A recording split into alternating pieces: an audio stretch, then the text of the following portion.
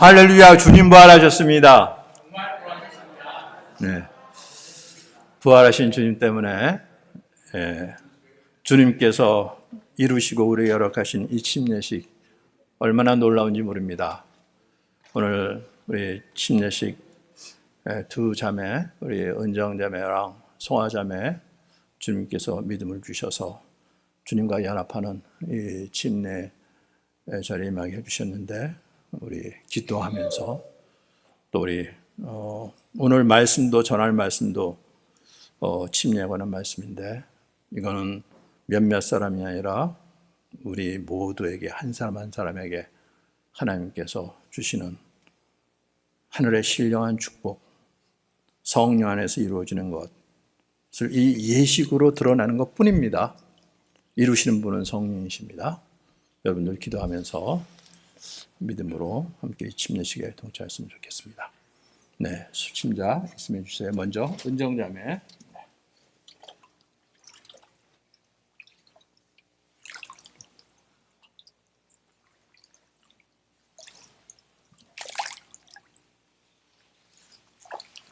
은정자매는 예수 그리스도를 믿지 않는 죄를 회개하고 자신의 죄를 위하여 죽으시고 부활하신 예수님을 주와 구세주로 영접하셨습니까? 아멘. 그리고 그리스도의 몸된 교회의 지체로서 이제는 예수님의 신실한 제자가 되어서 성경의 가르침에 순종하는 일에 최선을 다하시겠습니까? 아멘. 주 예수 그리스도의 명령에 순종해서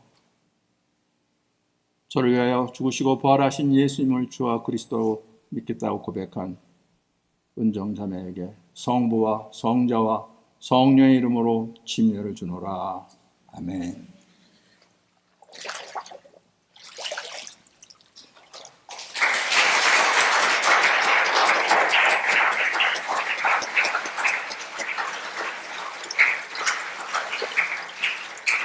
최송아 자매.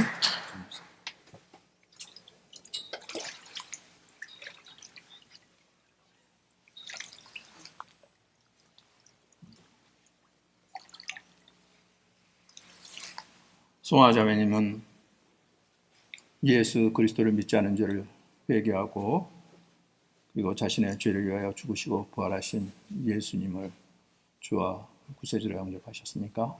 아멘. 지금부터 그리스도의 몸된 교회의 지체로서 예수님의 신실한 제자가 되어서 성경의 가르침에 순종하는 일에 최선을 다하시겠습니까? 네. 주 예수 그리스도의 명령에 순종해서 자신의 죄를 위하여 죽으시고 부활하신 예수님을 주와 구세주로 영접한 최송아 자매에게 성부와 성자 성령의 이름으로 침례를 주노라. 아멘.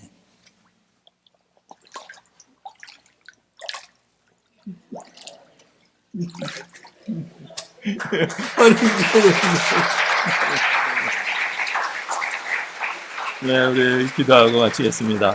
네. 하나님 아버지 감사합니다. 주님의 명령에 따라 우리는 물로 침례를 베풀었지만 주님은 성령으로 침례를 베푸신 줄 믿습니다.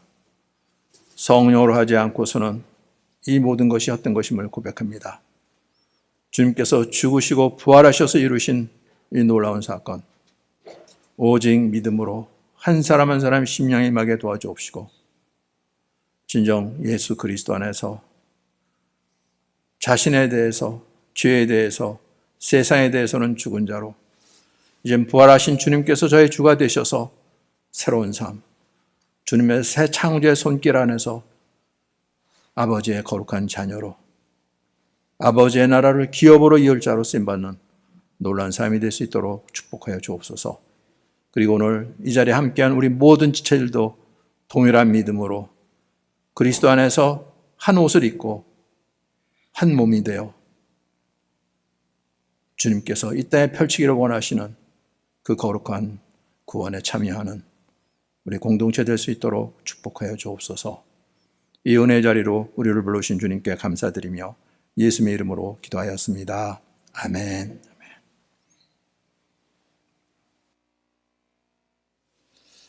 오늘 하나님의 말씀, 오늘 침례에 관한 말씀 우리 같이 나누려 합니다. 갈라디아서 3장 25절로부터 29절까지 우리 한 목소리로 봉독합니다. 갈라디아서 3장 25절로부터 29절까지입니다.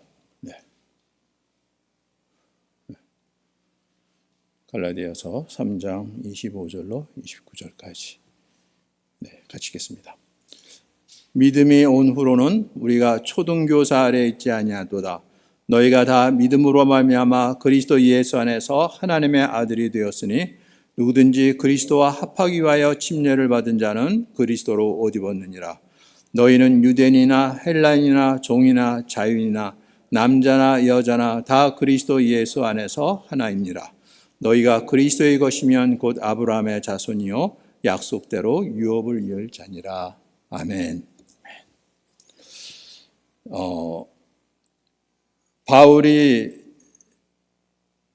그렇게 하나님께 열심이었는데 바리새인 중에 바리새인이라 그랬잖아요, 그렇죠? 그런데 자기가 하나님을 대적하고 있다, 하나님과 원수되어 있다. 누가 뭐라 그러면 어떻게 반응하겠습니까? 근데 그 충격적인 사건이 일어난 거죠. 부활하신 예수님을 만난 다음에. 아니, 이 이단의 괴수, 예수가 이제 신성모독죄는 죄 가운데, 인간이 지을 수 있는 죄 가운데 가장 큰 죄잖아요. 그냥 사람이 지으면 사람이 지은 죄로 끝나지만 이건 하나님을 모독한 죄니까. 그런데 그렇게 예수가 처형됐는데 아직도 예수를 따르는 무리가 있어? 뭐 예수가 부활했다고? 난리가 났죠. 그래서 바울이 집집마다 찾아다니면서 다 색출해갖고 옥에 가두고 심지어는 죽이기까지도 하고, 그런데 이게 이웃나라까지 퍼져나갔어요. 이거 큰일 나겠다 그래갖고 공문을 받아서 다메섹까지 쫓아가다가 거기서 부활하신 예수 만났죠. 물론 예수님은 승천하시고 예수님의 현현을 본 거죠. 그렇죠? 그냥 햇빛보다 더 밝은 빛으로 나타나신 거죠. 예수님 당신의 모습을 드러내 준 것이 아니라. 그런데 말씀은 사울아 사울아 내가 왜 나를 핍박하느냐.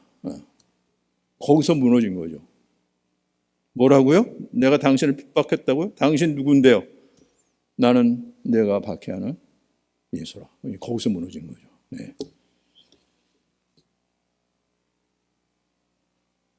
이게 무슨 사건인지, 정말로 식음을 전폐하고 도대체 이게 무슨 일인지, 예수가 도대체 어떤 분위기에 이런 일이 벌어졌는지. 근데 주님께서 아나니아라는 사람을 보내셔서 이게 어떠한 사건인지, 주님께서 왜 내게 나타나셨는지, 이 사울을 어떠한 존재로 세기 원하시는지 말씀해주고 기도하고 하는데 하나님의 영이 그에게 임했죠. 완전히 변화된 거죠. 그리고 나서 이 하나님이 어떠한 하나님이고 말씀이 어떠한 말씀이고가 이제 하나씩 하나씩 깨달아지는데, 이거는 완전히 완전히 무너지고 다시 세워지는 이 역사가 일어난 거죠. 그러고 나서 고백하는 거죠. 믿음이 온 후로는. 하나님을 믿는다 그랬는데 사실은 그게 믿음이 아니었던 거죠. 하나님 앞에 자기의 의를 드러내고 있었던 거예요. 나는 이런 사람이야. 내가 하나님께 얼마나 열심인데. 그래서 나타나는 것은 바울을 통해서 하나님의 영광이 나타나는 것이 아니라 자신의 영광이 나타나는 거죠.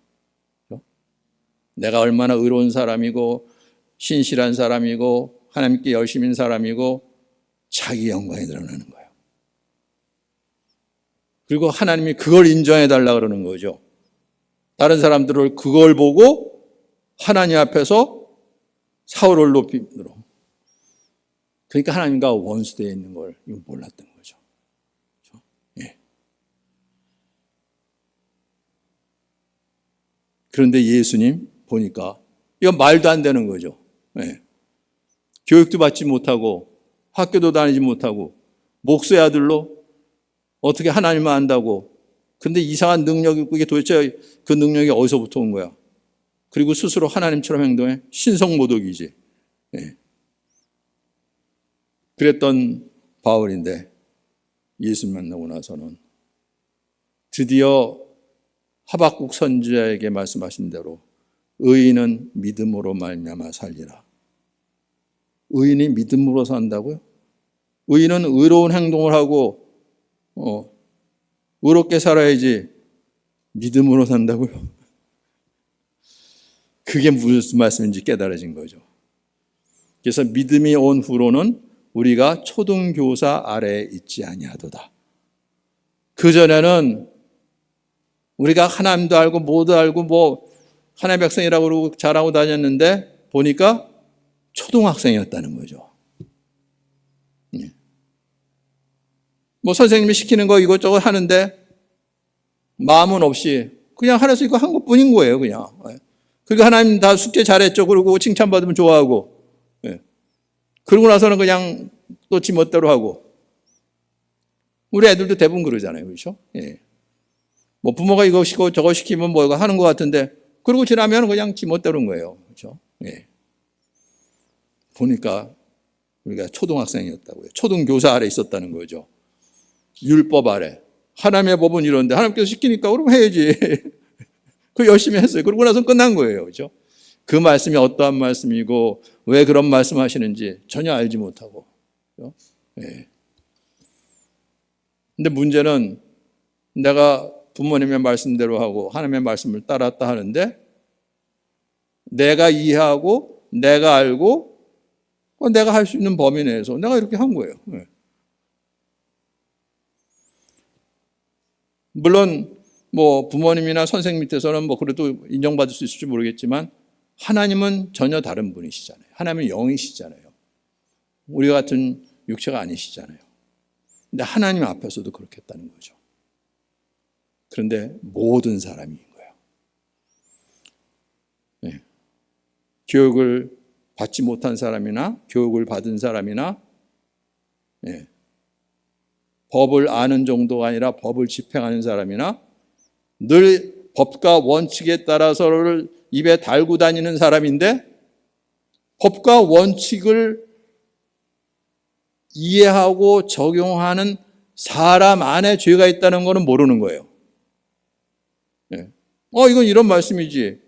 옆에 있는 동료들 이건 어떤 말씀이야? 그래, 이거 맞지? 그래서 우리가 이렇게 하는 건데. 근데 똑같이 다 죄가 있어갖고 그 죄 가운데서 이 법을 이해하고 적용하는데 그 법에 죄가 있는 게 아니라 법을 알고 집행하는 그 사람들에게 죄가 있는 것. 이걸 꿈에도 깨닫지 못하는 거예요. 이스라엘 백성들이 그랬다는 거죠. 하나님이 어떠한 분이신데 우리 조상들에게 나타나서 약속의 말씀을 주시고 그걸 어떻게 이루시는 하나님이신데 네. 그래서 그 하나님 말씀대로 하나님의 뜻대로 모든 걸 다 지켜 행해야지. 그런데 그 하나님의 말씀이 어떠한 말씀인지를 하나님께서 뜻하셨던 대로 깨닫는 게 아니라 우리 수준에서 그냥 알고 믿고 적용하고 따른다 그러는데 그 안에 죄가 있었던 거잖아요. 하나님께서 이걸 드러내시는데 어떻게 하시겠습니까? 결국 그렇게 하는 그 결국이 어떤 것인지까지 다 드러내 보여주시고 한 사람 이건 아니다 그러고 징계하고 뭐 완전히 심지어는 처형도 하고 그런 정도가 아니라 한 민족을 그것도 아니라 한 나라를 그것도 안 돼요.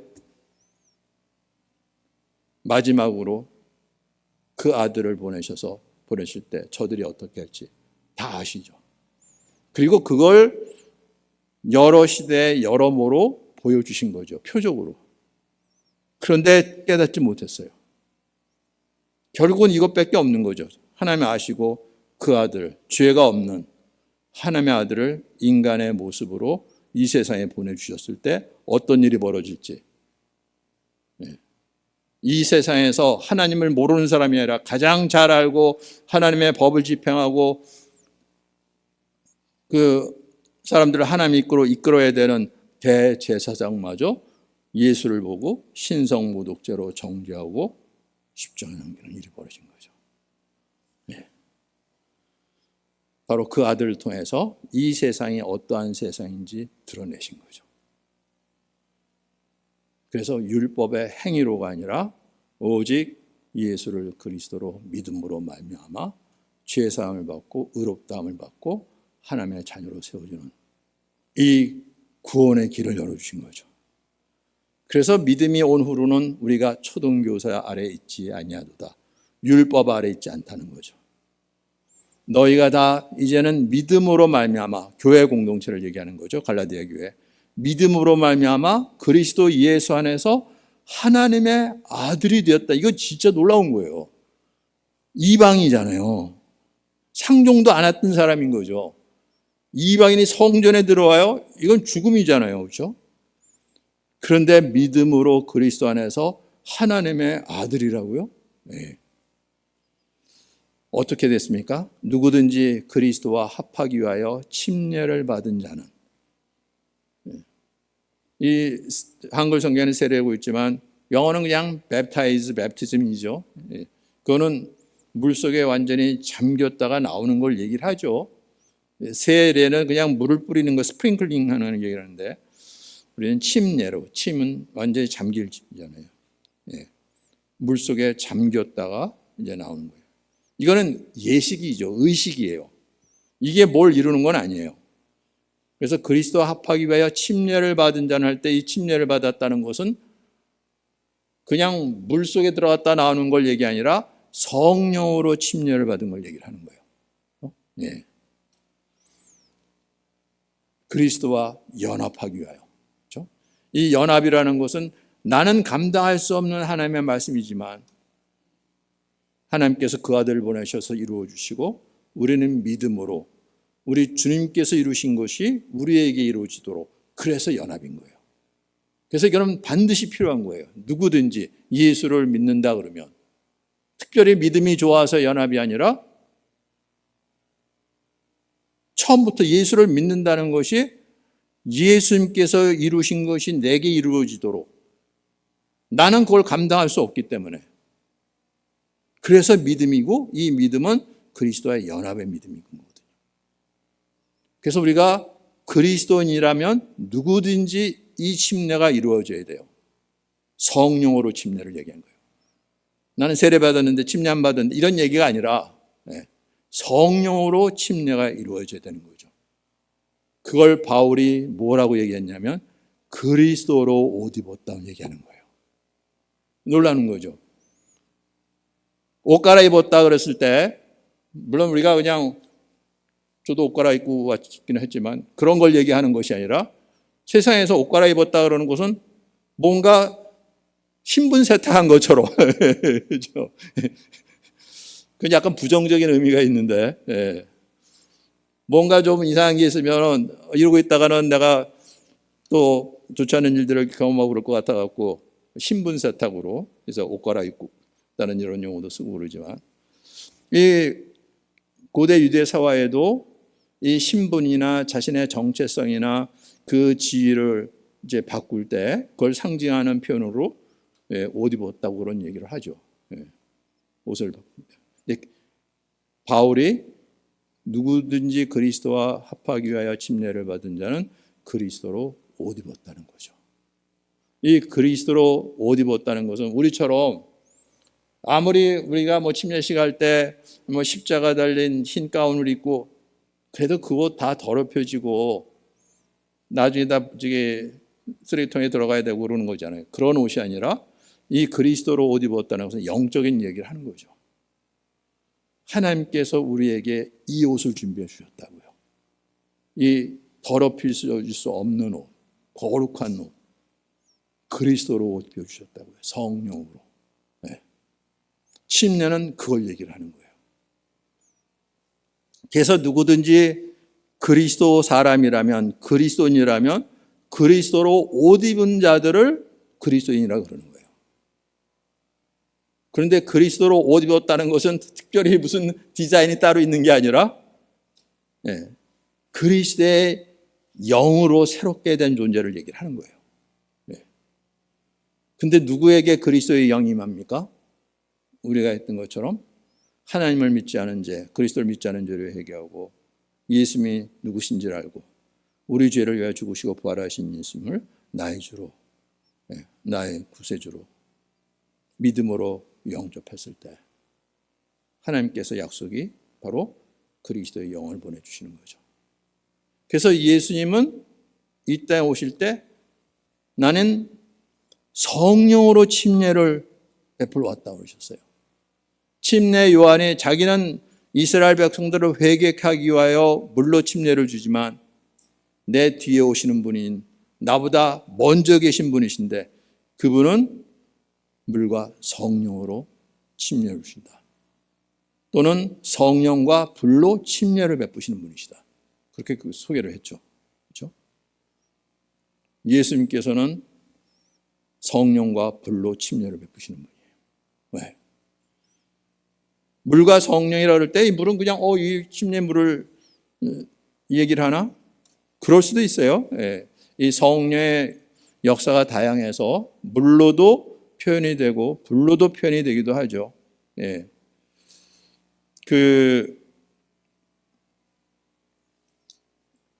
예전에는 물 뿌려갖고 하기도 했어요. 이건 의식이기 때문에 그런 것은 때에 따라 달라질 수는 있어요. 근데 성경에서 이 침례의 표적을 여러 시대에 여러 가지 모습으로 드러냈는데 제일 확실하고 오래되고 분명한 것은 노아 때의 그 홍수 사건이죠. 온 세상을 물로 덮으셨어요. 근데 이거를 성경은 세례로, 침례로 얘기를 해요. 베드로전서 3장 21절 한번 같이 읽어볼까요? 베드로전서 3장 21절. 같이 읽겠습니다. 물은 예수 그리스도께서 부활하심으로 이제 너희를 구원하는 편이 곧 침례라. 이는 육체의 더러운 것을 제하여 버림이 아니요 하나님을 향한 선한 양심의 간구니라. 물은 할 때 이 물은 그 앞서 3장 20절에 보면 노아의 홍수를 얘기를 해요. 노아 때 하나님께서 온 세상을 물로 심판하시겠다고 그랬어요. 물로 덮겠다고. 왜냐하면 인간들의 죄악이 온 세상에 퍼져 있었고 이제는 이것밖에는 없다. 그래서 온 세상을 물로 덮으시겠다고요. 그래서 물은 하나님의 심판을 상징하기도 해요. 물은 우리 놀면 생명수만 생각하지만 물 아래 있어요? 이건 심판이에요. 죽음이잖아요. 그렇죠? 그런데 이것을 너희를 구원하는 편이 침례라 그랬죠. 이게 어떻게 구원하는 표가 되겠 수가 있습니까? 물 아래 가라앉는 게 아니라 물 위에 뜨면 이게 구원인 거죠. 노아 가정이 그랬어요. 근데 스스로 뜰 수 있는 것이 아니라 하나님께서 방주를 지어서 만들어 그 안에 들어가랬는데 노아는 그 하나님의 말씀을 믿음으로 받은 거죠. 누가 그 세상에 온 세상이 물로 덮인다고 이런 황당한 얘기가 어디 있습니까? 제가 미쳤구나 그러고 나서 그냥 자기 사는 대로 살았는데 노아는 이 말씀을 마음에 들고 그 허구한 날 산등성에서 방주를 지었다는 거잖아요. 그렇죠? 그런데 어떻게 됐습니까? 노아가 미친 사람이 아니라 정말로 때가 되니까 방주를 다 지니까 노아 가족들 방주에 들어가라. 그리고 문을 닫아주시고 그리고 온 땅에 비를 내리고 물로 덮으시는데 심판이었죠. 그런데 믿은 자에게는 믿음으로 말씀에 순종하는 자에게는 이것이 구원의 표로인 거예요. 그렇죠? 네. 그런데 이것이 육체의 더러운 것을 제하여 버림이 아니요. 우리가 죄 때문에 내가 더러워졌는데 물로 씻어서 되겠습니까? 그런 게 아닌 거잖아요. 그렇죠? 구약시대 때는 율법에 따라 정결의식이라고 있었죠. 혹시 내가 부정한 것에 닿았으면 나도 부정해지니까. 근데 그걸 다 어떻게 확인할 수도 없죠. 그냥 시장에 갖고 다른 사람에게 스쳤는데 그 사람이 부정한 자였어요? 그럼 나도 부정하게 되는데 나는 알지도 못하고 그랬는데 그럴까봐 이제 어디 갔다 놓으면 늘 정결의식을 하고 그런 얘기가 아니라는 거죠. 그렇죠? 하나님을 향한 선한 양심의 간구니라. 하나님 앞에 선한 양심으로 믿음의 고백으로 하나님의 말씀을 순종하는 이것을 얘기를 하는 거예요. 예. 그래서 언제든지 이 양면성이 있어요. 믿지 않으면 심판이고 믿으면 구원인 거예요. 똑같은 역사인데도 그래요. 그래서 이 침례에는 심판과 구원의 역사가 늘 따라다녀요. 예수님의 십자가에 못 박혀 죽으셨어요. 우리의 죄로 말미암아. 그건 하나님의 심판을 얘기하는 거죠. 예수님께서는 죄가 없으시는데 왜 그런 것을 합니까? 내 죄를 대신 담당하셨기 때문에. 예수님께서 십자가에 못 박혀 죽으신 것은 나에 대한 심판을 그 아들에게 쏟아부으신 거죠. 그런데 부활하셨어요? 네. 죄가 사함을 받고 하나님의 공의가 만족이 되고 이분은 영원하신 분이시고 죄가 없으신 분이시고 죽음을 이기신 분이시고 죄가 죽은 자 가운데 부활하셔서 우리에게 소망으로 생명으로 다가오신 거죠. 믿음으로 예수님의 부활을 나의 부활로 받아들인 것, 그래서 물속에서 나오는 거죠. 이게 너희를 구하는 표라고요. 이 부활의 믿음이 없으면 그냥 예수님과 함께 물속에 들어가고 끝나는 거죠. 죽음으로 끝나는 거예요. 그래서 내 죄사함 받았다 그래봐야 소망이 없어요. 부활이 없으니까 새 생명이 없잖아요. 그렇죠? 그냥 내 죄 사해 주셔서 그냥 그러고 감사해 그러고 그냥 다니는 거예요. 여전히 죄 가운데 하나님의 생명을 모르고 하나님의 나라를 모르고 그래서 하나님의 자녀가 될 수가 없는 거죠. 그래서 예수님께서 오셔서 이루신 것은 부활로 말미암아 이제는 성령의 역사로 죄 가운데서는 죽은 자요 부활하신 예수님 안에서 하나님의 생명을 받아서 새롭게 지음을 받은 새로운 피조물로 세워지는 것. 주님께서 이걸 이루신 것을 우리는 믿음으로 이러한 의식을 통해서 고백을 하는 거예요. 이게 얼마나 놀라운 일인지 몰라요. 주님께서 혼자 하시고 끝난 게 아닌 거죠. 나 무슨 상관이 있습니까? 믿음으로 이러한 의식을 통해서 표현하는 거죠. 주님께서 이런 일을 이루셨는데 그렇게 나는 죄 가운데 있었던 나 예수님이 대신 죽으셨을 때 그건 나의 죄로 말미암는데 내가 죽어야 되는 자리 믿음으로 예수님과 연합해서 예수님의 죽으심을 나의 죽음을 받아들이는 거예요. 그래서 물속에 들어가는 거예요. 그런데 놀랍게도 물속에 들어가는 것이 끝나는 것이 아니라 다시 나와서 그때는 새로운 존재로 겉보기에는 그냥 물속에 들어갔다는 그 사람이 그 사람이죠. 그렇잖아요. 그런데 우리가 이런 의식을 하는 것은 이제는 내가 주인이 아니라 나는 예수님과 함께 죽은 자고 부활하신 예수님 안에서 예수님이 나의 주가 되셔서 나의 생명이 되어주셔서 나는 새로운 존재로 이제 나의 삶은 바로 예수 그리스도의 옷을 입고 주의 이름으로 사는 새로운 존재라는 거죠. 성경 그것을 예수 그리스도로 옷 입었다고 표현하는 거예요. 영적인 표현이죠. 그렇죠? 예. 예수 그리스도로 옷 입었어요. 누구예요? 예수 이름을 우리에게 주셨어요. 이제는 내 이름으로 하라. 그래서 그리스도의 이름으로. 그래서 우리가 그리스도인이라고 부르면 맞는 거예요. 그냥 그리스도인이 아니라. 예. 하나님께서 이걸 이스라엘 백성에게 보여주셨다고요. 성경은 그렇게 얘기를 하죠. 예. 그 이스라엘 백성들이 구름과 바다 가운데 세례를 받았다, 침례를 받았다 그러죠. 네. 구름과 바다 가운데 침례를 받았다 그러는데, 이 구름과 바다 가운데 침례를 받은 건 그 출애굽할 때 홍해를 건넌 사건을 얘기를 하는 거잖아요. 그렇죠? 네. 이것이 침례를 상징하는 예표라고요. 이스라엘 백성들이 애굽에서 종살이 했어요. 너무 고달팠죠.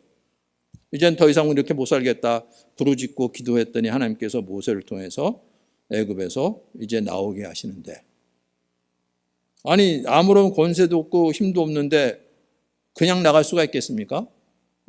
애굽 왕이 그대로 내보낼 수가 없죠. 그런데 모세를 통해서 하나님께서 여러 가지 능력을 행하시고 재앙을 내리시니까 바로 왕이 이제는 굴복하고 빨리 나가라. 그래서 이제 나가는 거잖아요. 그렇죠? 네.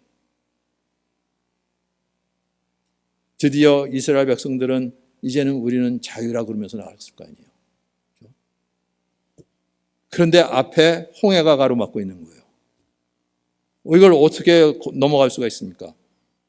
이걸 넘어가야지 우리가 자유할 수 있는데 그건 갈 수가 없고, 뒤에는 바로 왕이 이스라엘 백성들 가라 그러고 나서는 가만히 있다가 정신 차려 보니까, 아니 내가 미쳤나? 아니 저들을 어떻게 그냥 보낼 수가 있어? 그래서 애국 군사를 보라고 또 쫓아가서 잡아오라고 그랬잖아요. 그렇죠?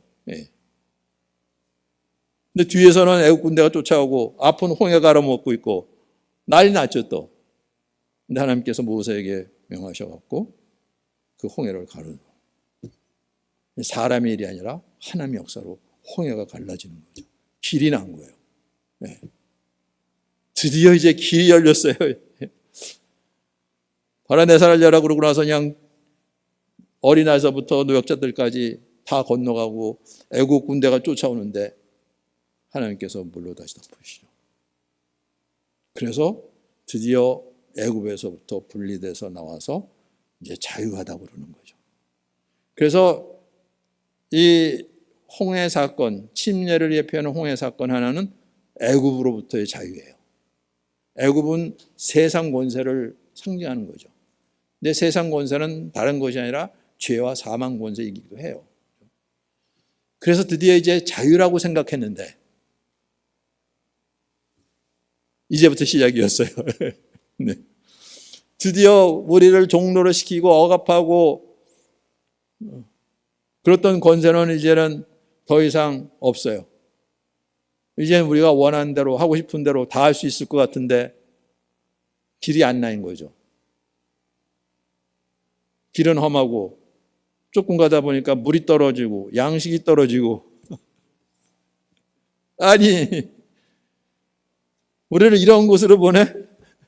물도 없고 양식도 없고 길도 안 나고 어디 머무를 곳도 마땅치 않고 허벌판에 가만히 있어 보자. 이거 애굽이 더 낫던 거 아니야? 애굽으로 돌아가자 그랬잖아요. 그렇죠? 하나님께서 이걸 다 드러내시는 거예요. 그렇죠? 네. 누가 나를 억압하고 오늘르고 무력으로 무슨 권세로 그런 건 없어요. 그런데 내 안에서부터 일어나는 이 원망, 미움, 다툼, 분노, 아니 우리를 어떻게 하라고 이렇게 애굽이 낫다 그러고 애굽으로 돌아가 그러잖아요. 이게 처리가 돼야 되는 거죠. 그렇죠? 이게 더 큰 문제. 이게 처리가 되는데 38년이 걸렸어요. 어떻게 처리가 됩니까? 그랬던 사람 다 광야에서 죽고, 네. 그리고 광야에서 새로 태어난 애굽을 경험하지 못한, 애굽이 어떤 나라였는데 이거보다 좋아? 몰라요. 그렇죠? 네. 그리고 오직 믿음으로 따랐던 여호수아하고 갈렙하고 하나님께서 약속하신 약속의 땅에 들어가는데 홍해 사건과 같은 유사한 사건이 또 있죠. 요단강을 건너는 사건이 있는 거예요. 근데 이건 전혀 다른 사건이에요. 그렇죠?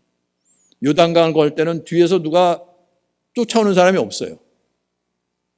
오히려 건너가면 가나안 족속과 이제 전쟁이 일어나는 거예요. 거꾸로. 그런데 일사불란하게 제사장들이 언약궤를 메고 먼저 요단강가에 발을 딛는데 요단강이 갈라지고 길이 열리는 거죠. 그래서 언약궤가 강 바닥에 서 있고, 그리고 이스라엘 백성들은 대를 맞춰서 그걸 다 건너간 후에 물이 덮이는 거예요. 거꾸로죠, 그렇죠? 네. 이것도 침례인 거예요. 이것도. 이건 예보기 때문에 완전한 것이 아니죠. 네. 한쪽은 애굽으로부터 나왔다고 생각하는데 불완전한 것이고, 한쪽은 약속의 땅에 들어가야 되는 거잖아요, 그렇죠? 들어가지 못하면 뭐 합니까? 네. 드디어 약속의 땅에 들어가는데 그때부터 전쟁이 시작되는 거예요. 그런데 놀랍게도 하나님께서는 할례를 받으러 가라는 거죠. 아니, 전쟁을 준비해야 되는데 할례 받고 있으면 어떻게 됩니까? 그때를 노려서 공격하면 완전히 이게 뭐 전멸인데, 근데 그것은 하나님의 전쟁이라는 거죠. 할례를 받으라는 거죠. 할례를 받았어요. 다행히 그 가나안 족속들이 쳐들어오지 못했어요. 완전히 쫄아 있었던 거죠. 예. 그리고 이제 첫 번째 성 여리고 성을 공략하려고 그러는데 여호와의 군대 장관이 나타나요. 예. 여호수아가 얼마나 놀랐겠습니까? 갑자기 칼을 들고 서 있던 사람이 서 있는 거죠. 너 누구냐? 너는 우리 편이냐? 적군 편이냐? 그런데 나는 여호와의 군대 장관으로 왔다. 내가 선 곳은 거룩한 곳이니 내 발에서 신을 벗어라. 근데 그래도 여호수아가 영적으로 깨어 있으니까 마치 이거는 하나님의 전쟁이죠. 하나님의 군대 장관이 와서 우리를 인도하시려고 거기에 이제 순종하고 따르는 거죠. 예. 이것이 다 침례를 예표하는 사건이라고요.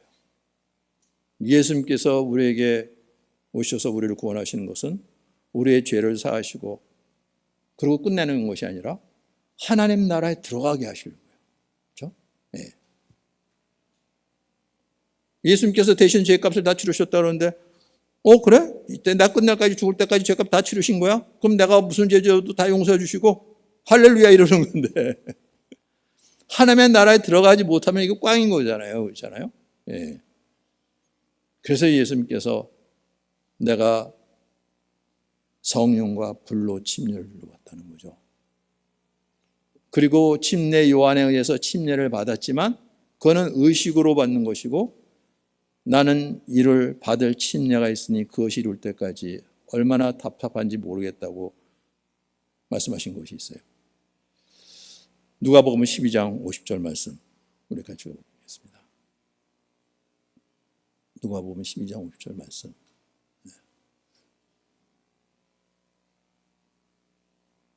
우리 같이 읽을까요?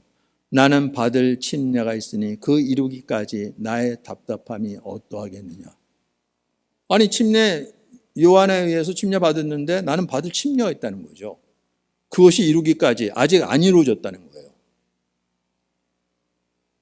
예수님은 침례를 완성하러 오신 분이신 거죠. 그냥 의식으로 아니라 실제로. 그래서 어떻게 하신 거예요? 죽으시고 부활하신 거예요. 이게 침례를 이루러 왔다는 거예요. 그렇죠? 우리는 의식으로 물속에 들어가든지 뭐 강속에 들어갔다 나오든지 그러는데 그건 의식적인 것이고 실제로는 죽고 새로운 존재로 다시 사는 이거 이루는 거죠. 그것이 이룰 때까지 나의 답답함이 어떠냐 하겠느냐. 네.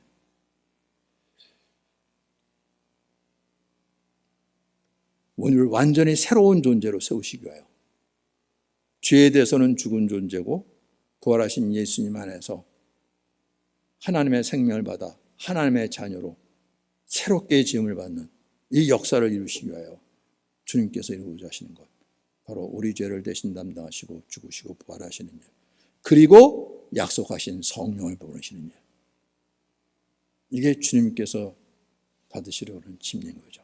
이루시려고 하는 침례인 거예요. 그렇죠? 그리고 그걸 이루신 분이신 거죠. 그렇죠? 예. 제자들 그렇게 처음부터 예수를 믿고 따랐어요. 예. 주를 위하여 죽기로 작정까지도 했어요. 그런데 너희가 나를 위하여 목숨을 버리겠느냐? 다 울기 전에 너희가 3번 나를 부인하리라. 이 모든 걸 아시고 예수님은 그들을 제자로 여전히 삼으시고 여기시고 죽은 자 가운데 부활하셔서 그들에게 나타나서 확인시켜 주셨죠. 그렇죠? 예. 그리고 너에게 평강이 있으라 말씀하시고 그리고 성령을 받으라. 약속한 것이 임할 때까지 예루살렘을 떠나지 말고 기다리라. 바로 성령으로 침략하시려고 이걸 이루시려고요. 그래서 내가 아버지께 가는 것이 너에게 유익하다. 아버지께 가면 내가 아버지께 구해서 보혜사 성령을 너에게 보내주시리라. 성령으로 저들에게 침례가 이루어지도록 하시려고. 이게 돼야 되니까. 그렇지 않고 내가 뭐 예수 믿는데 나 교회를 몇 년 다녔는데 그런 얘기가 아니라고요. 그렇죠? 네. 너무나 여기에 대해서 감각 없는 사람들이 많이 있어요. 네. 그냥 교회 열심히 다니면 되는 줄 아는 모양이에요. 그 열심히 교회에 다녔다는 그것이 자기의 의가 되는 거예요. 네. 그래서 나는 이런 사람이야. 그걸로 하나님 앞에 서려고. 하나님께서는 그걸 인정할 수가 없는 거예요. 그렇죠? 내가 뭘 어떻게 해서 하나님으로부터 인정받아요? 그러는 게 아니라고요. 그건 아직도 초등교사 밑에 있는 거예요. 예. 그래서 오직 믿음으로 하고 바울이 그렇게 외치는 거예요. 그런데 기가 막힌 것이 심지어 믿음마저도 자기의 의로 하는 사람들이 있어요. 나는 믿었어. 내가 믿었어가 되는 거예요, 이제는. 그 믿음도 행위로 바뀌어갖고 왜 너는 못 믿니? 나는 믿었는데. 네. 하여튼 이 인간의 죄성 보면 뭐 이루 말할 수가 없어요. 남을 가리킨 게 아니라 내 자신부터 그래. 누구 한 사람만 사는 거예요. 누구 보는 게 아니라고. 우리 모두가 그러고 있다니까요. 네. 아니 믿음이 의가 돼? 어떻게? 그 남포교회 목사님 이름은 잘 모르겠는데 잊어버렸는데 그 목사님이 그런 얘기를 하더라고요. 그것도 의가 된다고 그러는데 가만히 보니까 맞아요. 그것도 믿음 자랑 얼마들 많이들 하잖아요. 그게 그렇죠? 그런 게 이 믿음으로 하는 것은 나로는 안 된다는 거예요. 하나님께서 이루신 거. 그래서 믿을 수밖에 없고 그런데 그냥 믿을 수밖에 없는 것이 아니라 그분이 어떻게 신실하심으로 우리에게 긍휼과 사랑을 베풀어 주셔서 정말 알아듣지 못하고 보지 못하고 그렇게 완악하고 강팍한 우리를 오래 참고 기다리시면서 이루신 일 거기에 무너졌어요. 그래서 믿음이라고 그러는 거죠. 사랑으로 역사하는 믿음. 그래서 우리의 죄를 사해 주시고 그리스도로 옷 입혀 주시고 그리스도로 옷 입혀 주셨다는 것은 이제 하나님의 자녀로 받아 주셨다는 거죠. 예수님이 맏형이 되고 우리는 예수님의 형제들로 그런 거라는 거죠.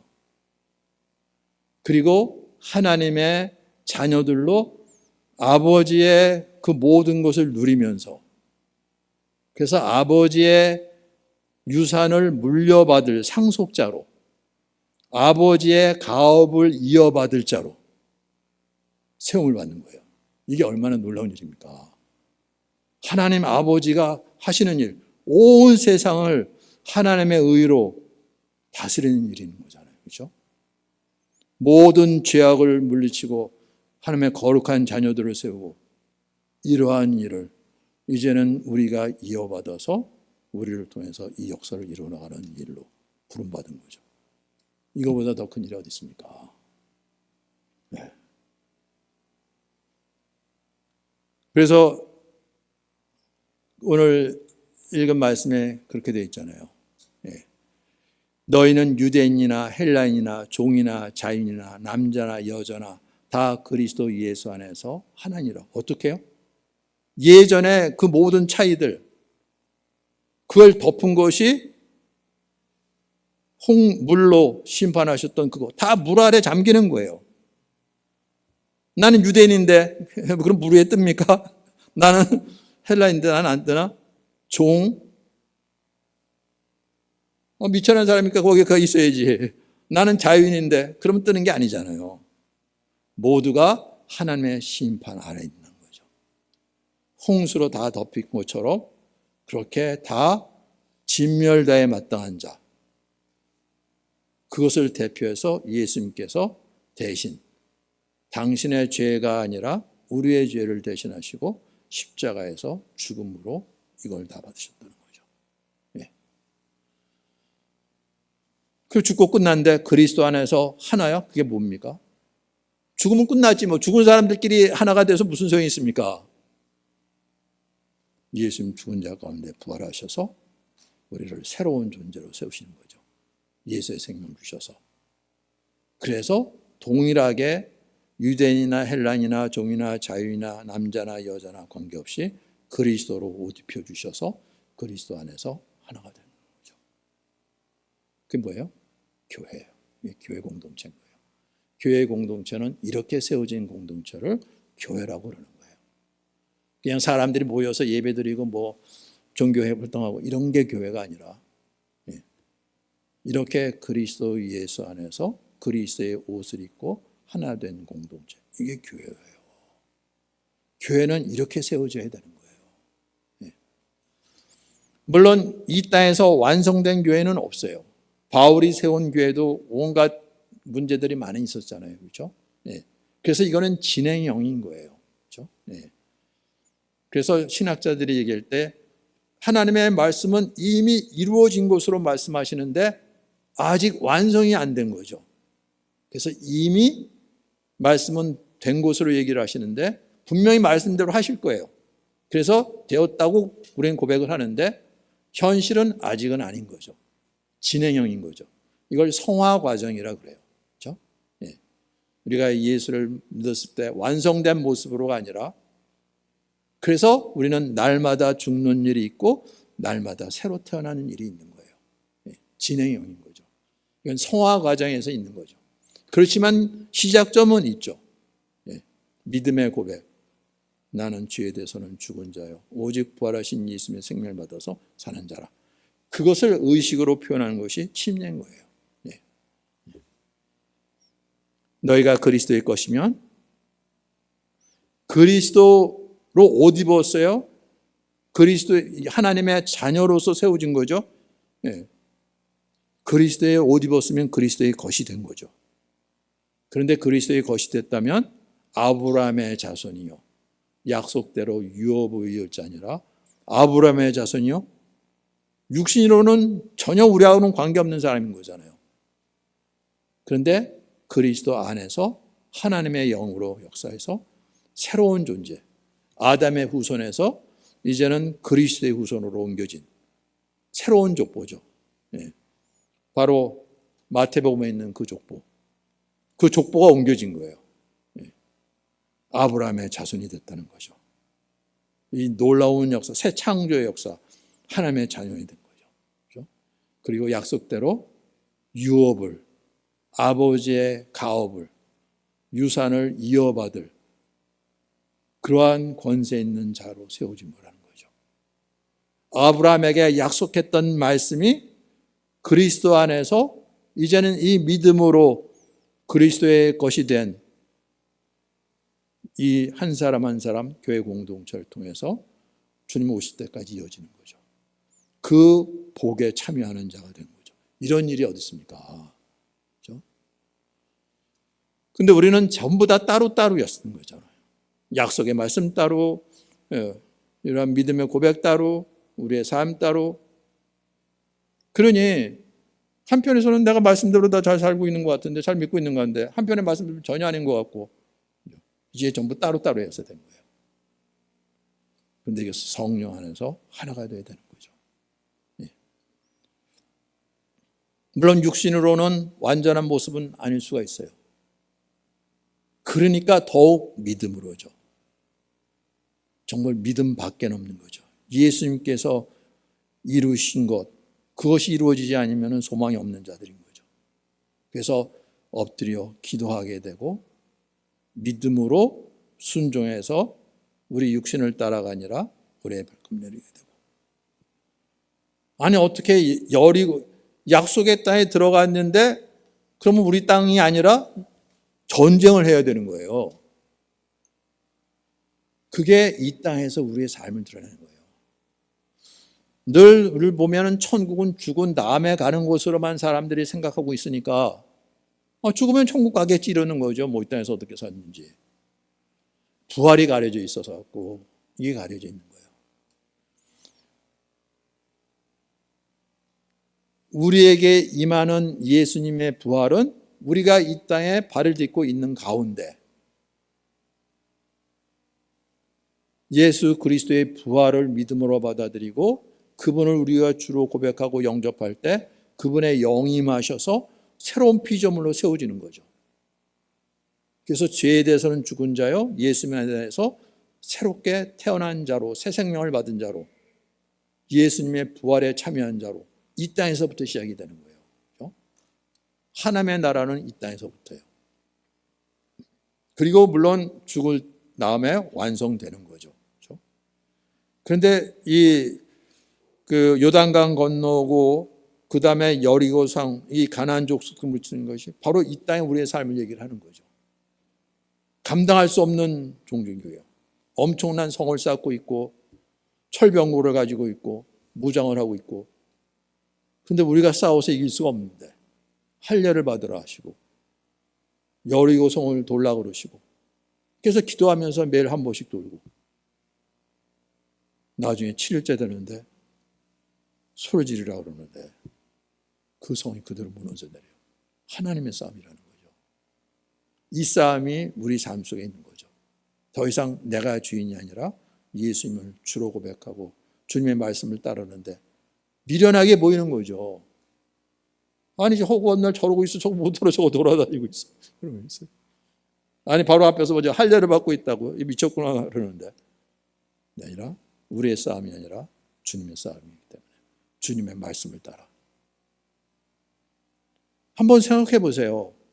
이 로마 제국이 어떤 제국인지 지금 미국 같은 나라 될 데가 없잖아요. 비교가 안 되잖아요. 그렇죠? 유럽 전역을 차지하고 아프리카도 북쪽도 차지하고 아시아 서쪽도 차지하고 그랬던 제국인데 얼마나 많은 신들이 있습니까? 별의별 신이 다 있잖아요. 그런데 나사렛 예수? 그가 부활했다고? 그걸 신으로 믿는 사람들이 있어? 그래 주라 그러고 나는 주가 아니고 온갖 것으로 핍박하고 박해를 했죠. 뭘로 대항을 하겠습니까? 하나님의 능력이 어디 있습니까? 그냥 예수를 그냥 주로 고백하는 거예요. 그러면 너는 사형이야.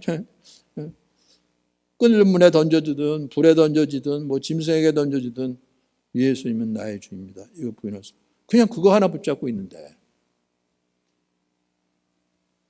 그런 게 놀랍게도 근데 그렇게 어떻게 죽을 수가 있습니까? 이것처럼 헛된 게 없잖아요. 부활신앙인 거죠. 이게 중요한 거예요. 네. 이 세상이 전부가 아닌 거죠. 부활이 있고 영원한 생명이 있고 영원한 나라가 있고 그걸 다스리시는 하나님 만왕왕 만주해 주신 선하신 하나님 그 믿음 안에서죠. 그래서 그런 박해를 받으면서도 그냥 순교했어요. 그 짧은 생애 동안 심지어는 우리 지난주에 했던 것처럼 어린 아기가 있는데 갓난 아기가 있는데 그것도 다 주님께 맡기고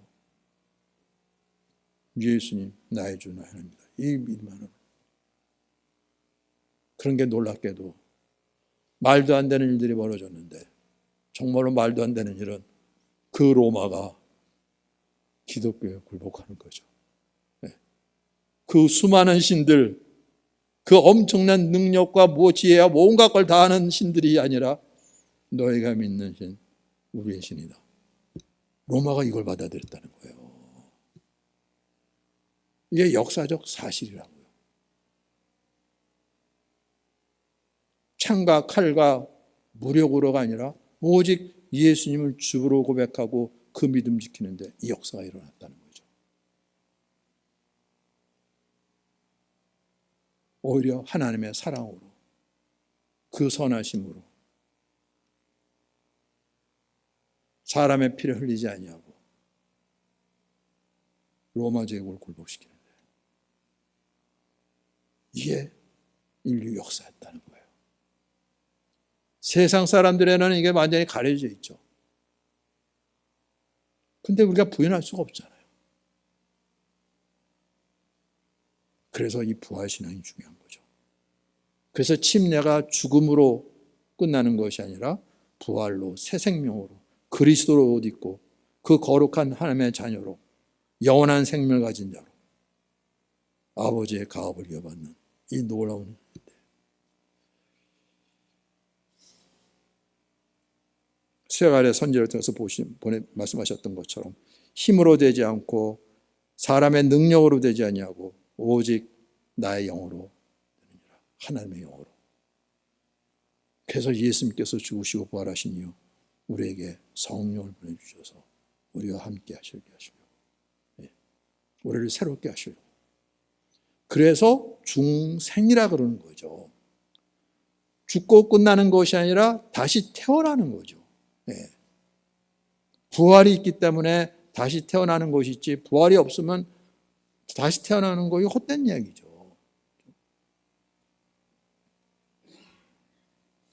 요즘은 어떻게 세상 사람들이 이 얘기를 더 많이 해요. 거듭나야 된다. 부활 이름까지도 붙이고, 부활 찾아보면 그런 그룹 이름이 먼저 떠요. 한참 뜬 다음에 나중에 이제 어디 가서 부활 찾아야 돼요. 이 얘기를 못 한다니까, 예수 믿는 사람들이 이걸. 왜냐면 그게 내 중심에 없겠으니까. 그게 자랑이 아닌 거죠. 미친 사람 얘기처럼 들리니까. 그래요. 아니, 예수를 믿는다고 하는 사람들에도 전하면은 귀를 닫아요. 그럼 당연히 예수는 부활하셨지. 그리고 그냥 안 들으려고 그런다니까요. 기가 막힌 거예요. 더 얘기 많이 하면 다른 사람이 듣고 그러면 이상하게 돼버리니까. 이게 역사적 사실이고 진리고, 그것 때문에 이 그리스도교가 그 모든 세상에 있는 종교를 불러서 가장 세상 사람들이 많이 따르는 종교로 됐는데도 불구하고 이걸 부끄러워한다는 거죠. 자랑이 아니라.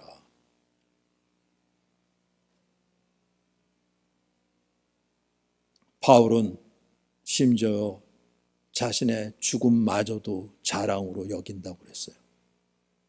그렇게 있는 이유는 부활이 있으니까, 그것이 사실이니까죠.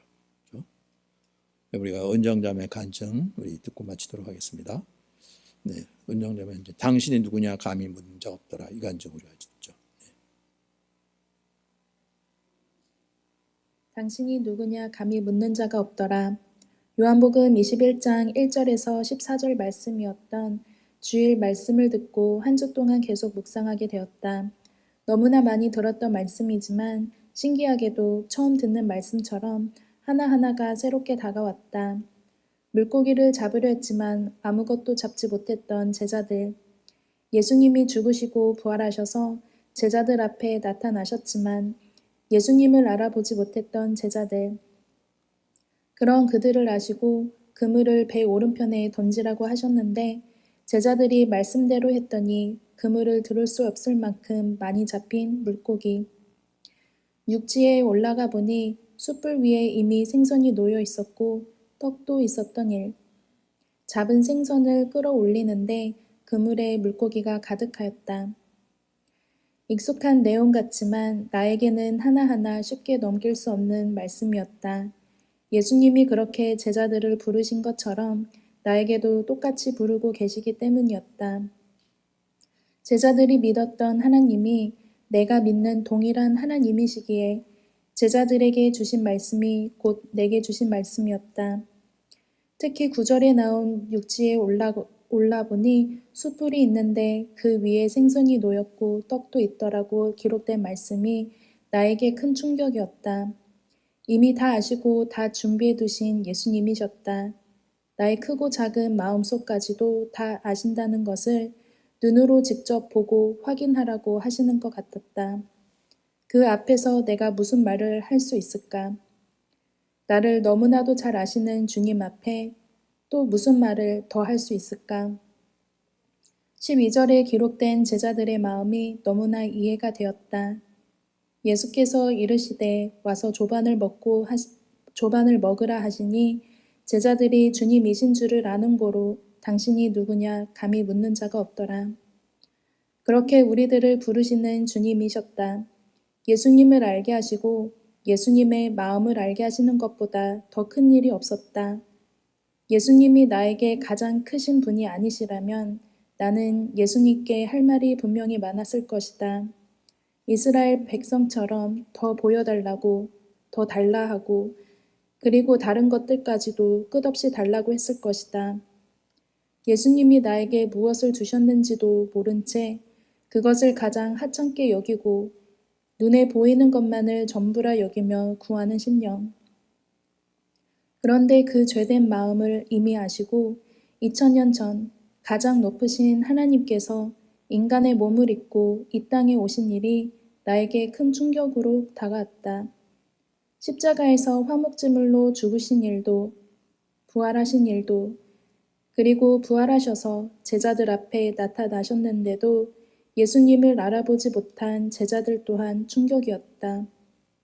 그런 제자들을 아시고 그들이 구하던 것들까지도 이미 준비하시고 오라고 하신 것도 충격이었다. 인간의 생각과 지혜로는 도저히 이해할 수 없는 하나님이시기에 예수님이 누구냐 묻는 자가 없는 것이 당연한 것이었다. 그렇게 우리를 부르시는 주님을 알게 하시니 변화된 제자들의 모습 속에서도 그리고 그들 앞에 나타나신 예수님을 통해서도 주님이 얼마나 크신 분이신지 보게 되었다. 주님의 크심은 나로서는 정말 다 알 수도 감당할 수도 없는 것이었다. 그래서 그 하나님께서 우리를 어떻게 부르시는지 이번 주일 예배 말씀을 통해 다시 알게 해주셔서 감사드렸다. 하나님은 말씀으로 우리를 부르시고 그 말씀을 믿는 우리들을 통해 역사하신다. 예수님께서 나에게 주신 말씀과 그 말씀을 믿는 믿음은 내 안에서 분리될 수 없는 관계가 되었다. 그리고 말씀을 믿고 따라갈 때에 그 말씀을 주시는 예수님을 알게 되고 깨닫게 되는 하나님과의 관계가 계속 이어지게 된다.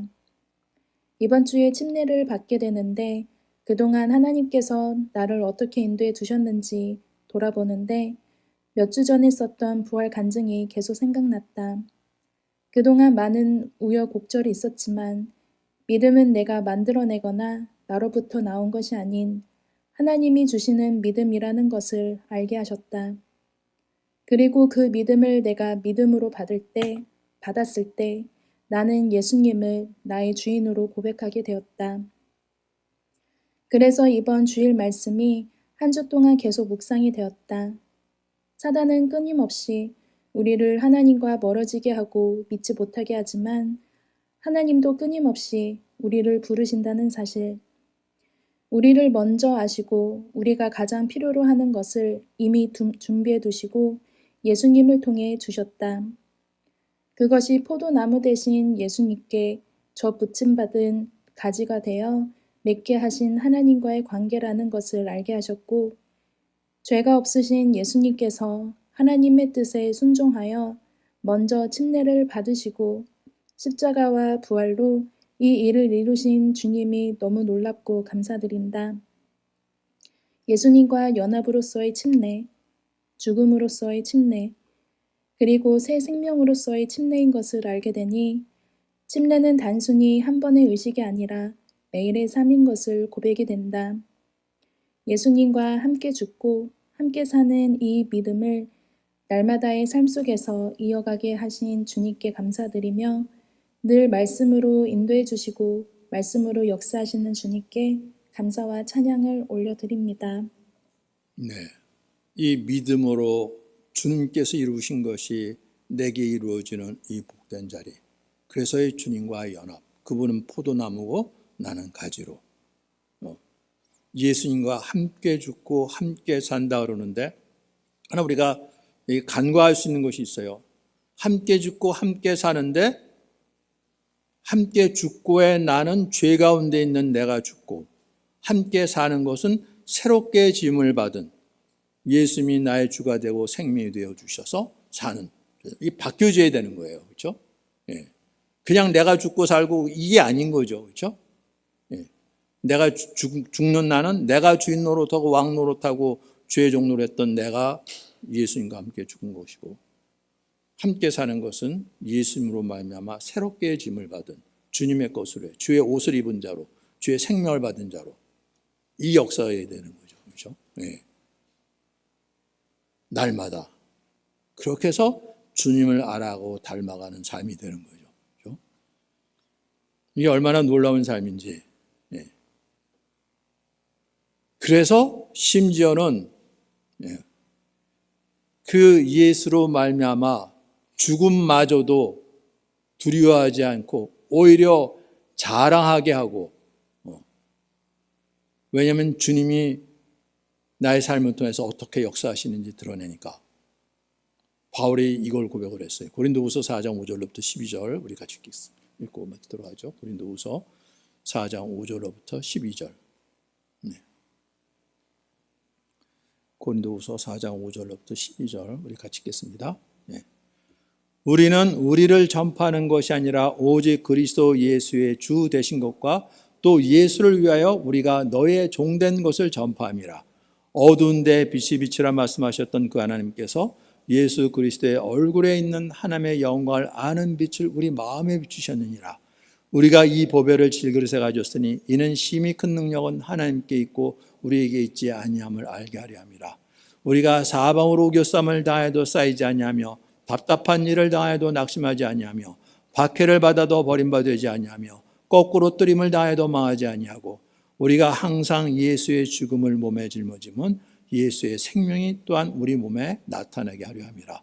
우리 살아있는 자가 항상 예수를 위하여 죽음에 넘겨짐은 예수의 생명이 또한 우리 죽을 육체에 나타나게 하려 함이라. 그런즉 사망은 우리 안에 역사하고 생명은 너희 안에 역사하니라. 예. 사망이 우리 안에 역사하고 생명은 너희 안에 역사한대요. 우리는 우리를 전파하는 것이 아니라 오직 그리스도 예수의 주 되신 것, 그리고 예수를 위하여 우리가 너의 모든 것을 이걸 왜 전파합니까? 그냥 가만히 있어도 될 것 같은데, 예수를 위하여 우리가 너의 종 됐다. 전파하십니까? 예. 왜 이렇게 됐어요? 어두운 데 빛이 비치라 말씀하셨던 그 하나님, 창세기 때 온 세상이 어둠 속에 있을 때 빛이 있으라 말씀하셨던 그 하나님, 그게 무슨 빛이는지 하나님께서 그 예수 그리스도의 얼굴에 있는 하나님의 영광을 아는 빛, 이런 태양빛이 아니라 하나님의 영광을 아는 빛을 어디에 비췄어요? 우리 눈에 비춰주신 것이 아니라 우리 마음에 비춰주셨다고요. 이 빛, 이 보배를 질그릇에 가졌다는 거죠. 연약한, 깨어지기 쉬운 이 그릇에 하나님께서 담아주셨어요. 심히 큰 능력은 우리에게 있는 것이 아니라 하나님께 있다는 거예요. 그렇죠? 네.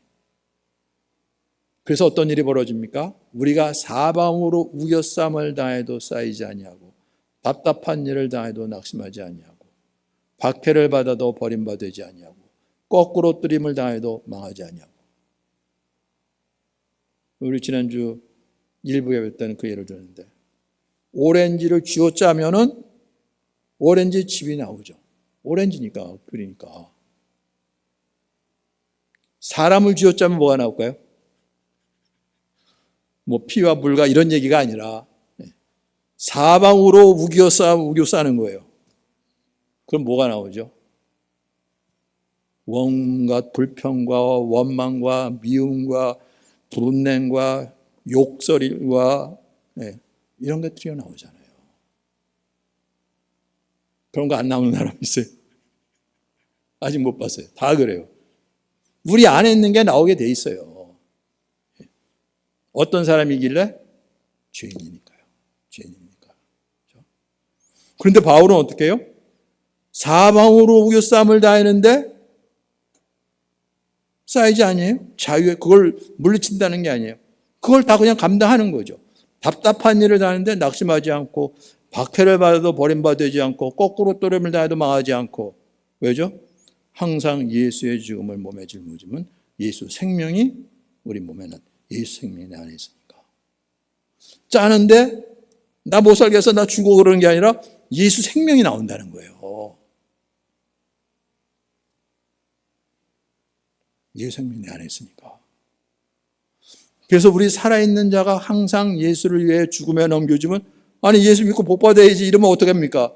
예수 생명이 우리 죽을 육체에 나타난다는 거예요. 내 안에 하나님께 주신 이 생명이 있으니까. 부활 생명이 있으니까.